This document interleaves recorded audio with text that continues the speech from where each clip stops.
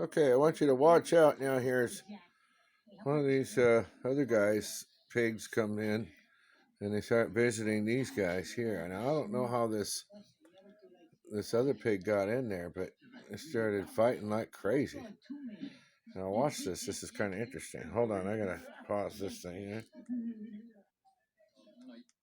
There we go. Now watch this, folks. Watch these pigs fight.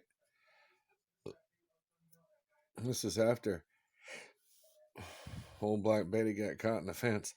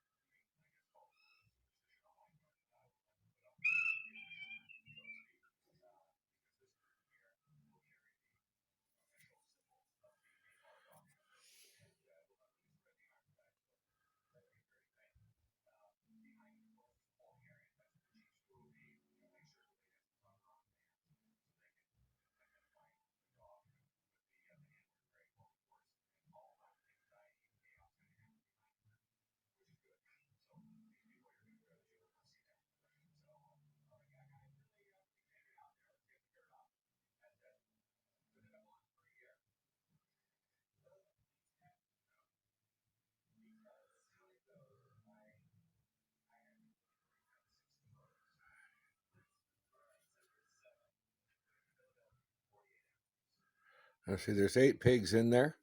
There's only supposed to be 7. And so now the stranger. Oh, I see.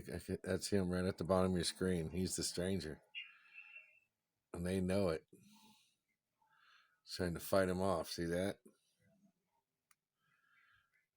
Now it's a big war.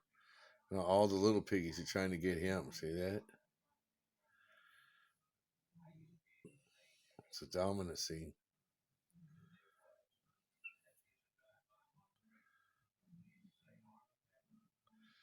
Hopefully they work out their differences. Why can't we just all get along?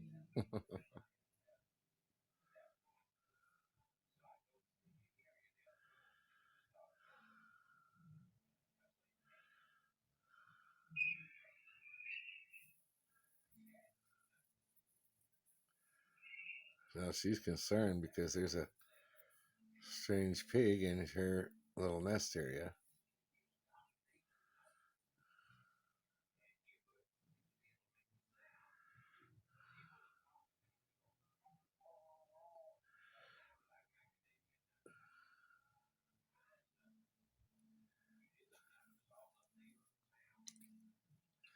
That's my favorite one right there on the left.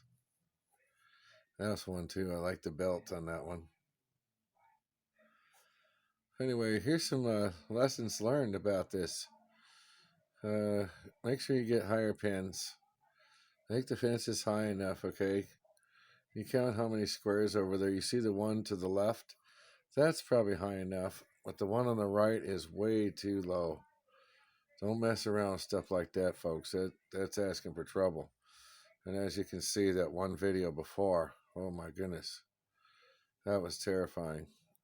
Lucky that but it was human inflicted, I do believe, because when you had the little babies getting castrated and they hear that squealing sound, it was very upsetting to them, and they come unglued.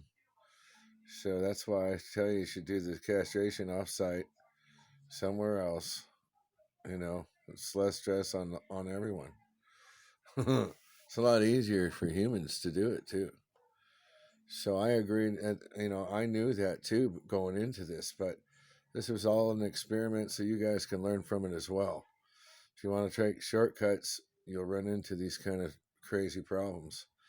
Now, Lucy, she completely got out, and we had to put her in a whole completely different pen, and she was steerable by putting food down in this other pasture. But as soon as she heard the baby squealing again, she immediately broke out of that pasture and went hauling butt right to where that squealing was.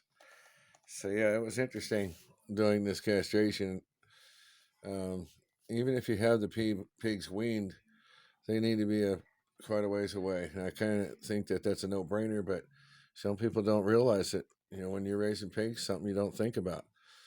You think you got good pens until you start hearing one of them babies squealing and watching those parents come unglued. Because, see, on the other side of this wall over here is Linus. That's the dad. Well, he's over there banging and hitting that thing, trying to tear it apart, trying to get to help his piglets. So it was just a lot of crazy vibrations.